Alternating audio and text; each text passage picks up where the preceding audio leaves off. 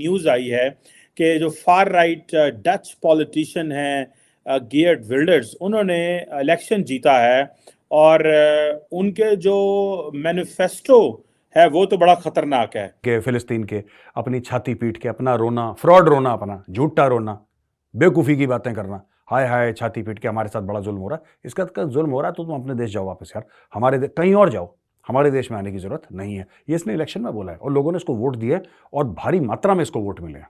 गिर्ट विल्डर्स जो बड़ा मशहूर है पाकिस्तान में भी और टीएलपी का खास दोस्त है, खालिद लतीफ ने भी उसके ऊपर फतवा, उसके सर की कीमत लगाई थी, जो कि खुद मैच फिक्सिंग में पकड़ा गया है। खबर ये है कि वहां पर इंडिया में जो सीएम है यूपी के, उत्तर प्रदेश के सीएम आदित्यनाथ योगी साहब, उन्होंने ये किया है उनकी तरफ से, यानी गवर्नमेंट की तरफ से जो हलाल प्रोडक्ट्स हैं उनके ऊपर पाबंदी लगा दी गई है। जो पूरी दुनिया में इस वक्त एक मुसलमानों की जो बढ़ती हुई शिद्दत पसंदी है उसके खिलाफ एक रिएक्शन आ रहा है पूरी दुनिया में। नमस्कार दोस्तों, जय हिंद। नेदरलैंड में काफी समीकरण बदल रहे हैं। नेदरलैंड के पुरानी सोच रखने वाले फासिस्ट उम्मीदवार गेर्ट विल्डर्स ने जीत हासिल की है और विल्डर्स है जिन्होंने नुपुर शर्मा का समर्थन किया था जब उन्होंने इस्लाम के ऊपर कोई स्टेटमेंट दिया था। गेर्ट विल्डर्स है काफी इस्लाम विरोधी है तथा यूरोपियन यूनियन के खिलाफ भी है काफी स्ट्रांगली अपनी प्रतिक्रिया रखते हैं और इमिग्रेंट्स के खिलाफ इन्होंने काफी स्टेटमेंट में दी है। जब से इनकी जीतने की खबर सामने आई है, इस्लामी देश तथा पाकिस्तान को भी काफी मिर्ची लगी है।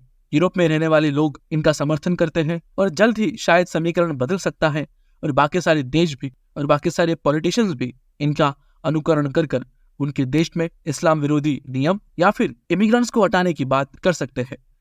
गिर्ट विल्डर्स जो बड़ा मशहूर है पाकिस्तान में भी और टीएलपी का खास दोस्त है, खालिद लतीफ ने भी उसके ऊपर फतवा, उसके सर की कीमत लगाई थी, जो कि खुद मैच फिक्सिंग में पकड़ा गया। यानी जो मैं कहता हूँ, जो जितना बड़ा हरामी होगा उतना बड़ा आशिक रसूल होने का दावा करेगा। उसी तरह टीएलपी ने उनके ऊपर फतवा लगाया हुआ, क्योंकि गिर्ट विल्डर्स जो है वो इवन फॉर माई लाइकिंग, जो जिस तरह वो बात करते हैं, जिस किस्म की वो लैंग्वेज यूज करते हैं, उसको देख के बंदा यही कहता है कि ये डिसेंसी के जुमरे के अंदर नहीं आता। लेकिन क्या वजह है कि वो बंदा पिछले 20 साल से लगा हुआ है इस्लामिज्म के बढ़ते हुए डेंजर के खिलाफ बोलने पर, और हत्ता के अब 20 साल बाद उसकी पार्टी इलेक्शंस जीत गई है। जी हाँ, गिर्ट विल्डर्स की पार्टी ने ऐलान कर दिया है कि वो नेदरलैंड्स में जीत गई। तो इंडिया में हम देखते हैं कि एक रिएक्शन आ रहा है मुसलमानों की कुछ हरकतें ऐसी हैं। अगेन मैं इसको जस्टिफाई नहीं कर रहा, मेरी अभी कुशल से कल बात हुई इंग्लिश चैनल पर, उस पर भी हमने ये डिस्कस किया कि हाँ ये जो इस्लामिज्म का थ्रेट है ये असल है, लेकिन इसका मतलब ये नहीं है कि लोग खुद एक्शन लेने लग जाएं। लेकिन अनफॉर्चुनेटली वो लास्ट स्टेप होता है जब हमारे पॉलिटिशियंस अपने अंदर स्पाइन पैदा नहीं करते, अपने अंदर रिजॉल्व नहीं दिखाते कि हाँ भाई ये प्रॉब्लम है, हम इस प्रॉब्लम के ऊपर हमें इनकन्वीनियंट थोड़े मुश्किल डिसीजंस लेने पड़ेंगे। जो वेस्ट में लेफ्ट ने हथियार डाल दिए, हमने देखा है कि वेस्ट में, इंग्लैंड में अभी मुजाहरे हुए फलस्तीन के हवाले से, तो जो सफेद फार्म लोग थे उनके ऊपर पुलिस का रद्द अमल क्या था, उनको किस तरह मारा गया, और जब उसके बदले में जो प्रो पैलेस्टाइन ब्राउन लोग जब दंगे फसाद कर रहे थे तो उनके ऊपर पुलिस का हाथ खोला था। यही बात सुएला ब्रेवरमैन, जो कि अंग्रेज नहीं है, इंडियन साथ की होम सेक्रेटरी थी, उन्होंने कहा कि बर्तानिया की पुलिस में 2 टियर पुलिस सिस्टम है, यानी एक गोरों के लिए और एक ब्राउन्स के लिए, यानी ब्राउन्स को प्रिविलेज दिया जाता है। और ये पूरा कमोबेश पूरे वेस्ट में हमें यही नजर आता है कि गोरों के ऊपर सख्त पुलिस होती है लेकिन ब्राउन्स के ऊपर थोड़ा हल्का हाथ होता है, क्योंकि उन्हें ये होता है कि यार ये माइनॉरिटीज हैं, हम पे कहीं रेसिज्म का धब्बा ना लग जाए, क्योंकि पूरा वेस्ट जो है इस वक्त लिबरलिज्म के फार लेफ्ट पे गया हुआ है। ये वो फार लेफ्ट की, और इसी के रिजल्ट में वो किस्म भी निकली है। तो इसके नतीजे में ये जो और एक गेर्ट विल्डर्स जो बंदा है, देखिए ये इसके बारे में मैं आपको बताता हूं। इसने 2-3 चीजें करी हैं। इसने, देखिए इसकी पार्टी का नाम है पार्टी फॉर फ्रीडम। इसने 35 सीटें जीती हैं 150 सीट में लोअर हाउस ऑफ पार्लियामेंट, और ये इसने 17 जीती थी, अब इसने 35 जीत ली हैं दोस्तों। तो सबसे पहली बात तो ये। दूसरी चीज, एक बात समझिए गेर्ट विल्डर्स की।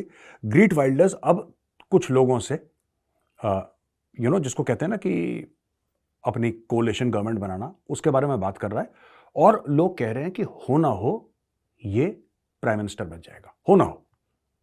अभी कंफर्म नहीं है, देखते हैं इसको कितनी सीटें मिलती हैं, कितने लोग इसके साथ जुड़ते हैं। ये सब अभी बहुत खिचड़ी पकेगी अभी, और ये खिचड़ी 2-3 हफ्ते पकेगी अभी, तो अभी कुछ पक्का नहीं है, लेकिन इसके चांसेस हैं। और मैं आपको बताता हूं हुआ क्यों। अब पहले पूरी खबर सुन लीजिए, फिर मैं आपको इसका डिटेल बताऊंगा दोस्तों। नेदरलैंड्स लीविंग यूरोपियन यूनियन, एक तो इसका ये एजेंडा है कि यूरोपियन यूनियन का हमें वो ही नहीं करना, हमें हमें उसको मानना ही नहीं, उससे अलग हमने होना है। Total halt to accepting asylum seekers and migrant pushback at Dutch borders. तो देखिए साहब, ये कह रहा है कि जो असाइलम लेकर आते हैं, जैसे ये खालिस्तानी टाइप के नहीं है जो हर चीज में, या फिर ये यमन, हमने कई बार देखा है कि कई सारे देशों से पाकिस्तानियों को भगाया जा रहा है। यहाँ तक कि सऊदी अरेबिया से ही काफी सारे पाकिस्तानियों को भगाया गया है, क्योंकि ये लोग जहाँ जाते हैं वहाँ रूल्स फॉलो नहीं करते हैं। यहाँ तक कि दुबई के एक पुलिस ऑफिसर का भी वीडियो वायरल हुआ था, जिसमें वो कहते हैं कि जितने भी पाकिस्तानी हैं ना ही कोई ट्रैफिक रूल फॉलो करते हैं, चोरी करते हैं और 2 नंबर का पैसा कमाने के लिए हमेशा से ही आगे होते हैं। ये खबर जितने भी इमिग्रेंट्स ये मुस्लिम देशों से यूरोप में गए हैं उनके लिए काफी दुखद खबर है, क्योंकि गिल्ट विल्डर्स जैसे सोच रखने वाले कई सारे लोग हैं, और अगर ये सत्ता में आते हैं तो वहां रह रहे मुसलमानों को काफी सारी परेशानी का सामना करना पड़ सकता है। वो लोग चाहते हैं कि कोई भी इमिग्रेंट्स, खासकर मुस्लिम, यूरोप में ना आए। हाल ही में कई सारे वीडियो सोशल मीडिया में वायरल होते हैं जहां पर ऐसा प्रतीत किया जाता है कि मुसलमानों की संख्या ही यूरोप में बढ़ रही है और वहां के स्थानिक लोग इससे काफी परेशान है। कई सारे वीडियो ऐसे भी आते हैं जहां पर रोडों पर, सार्वजनिक स्थलों पर नमाज पढ़ी जाती है और वहां के रहने वाले रेसिडेंट्स को काफी परेशानी होती है। इससे वहां के प्रॉपर रेसिडेंट्स को काफी दिक्कत का सामना करना पड़ता है और उनकी इस्लाम विरोधी एक सोच बन चुकी है, और इस सोच को पूरक है ऐसे सोच रखने वाले नेता जो कि भविष्य में यूरोप में काफी कुछ बदलाव कर सकते हैं। अब ये बदलाव क्या होंगे ये तो आने वाला समय ही बताएगा। अभी देखते हैं पाकिस्तानी रिएक्शन। जय हिंद। के फिलिस्तीन के अपनी छाती पीट के अपना रोना, फ्रॉड रोना, अपना झूठा रोना, बेवकूफ़ी की बातें करना, हाय हाय छाती पीट के हमारे साथ बड़ा जुल्म हो रहा है। इसका जुल्म हो रहा है तो तुम अपने देश जाओ वापस यार, कहीं और जाओ, हमारे देश में आने की जरूरत नहीं है। ये इसने इलेक्शन में बोला है और लोगों ने इसको वोट दिए और भारी मात्रा में इसको वोट मिले हैं। ठीक है जी। तीसरी चीज कहता है de Islamisation of the Netherlands. ये इसका पॉइंट है, de Islamisation of the Netherlands. ये कह रहा है कि voters said we are sick of it, sick to our stomachs. ये ग्रीट वाइल्डर्स कह रहा है कि वोटर्स ने बोला है, और बोला है कि now on a mission to end asylum tsunami.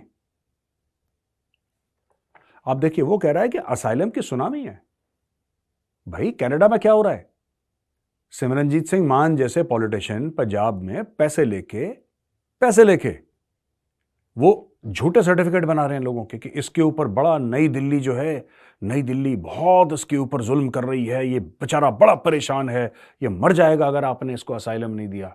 और कनाडा में जाके चिट्ठी देखते हैं कि जी भारत के मेंबर ऑफ पार्लियामेंट ने लिखी है, ऐसे गलत तो लिखेगा नहीं, आ जाओ बैठो जी बैठो। सारे खालिस्तानी चले गए यार। ऐसी तो कहें खालिस्तानी झूठ बोल बोल के देश के बारे में।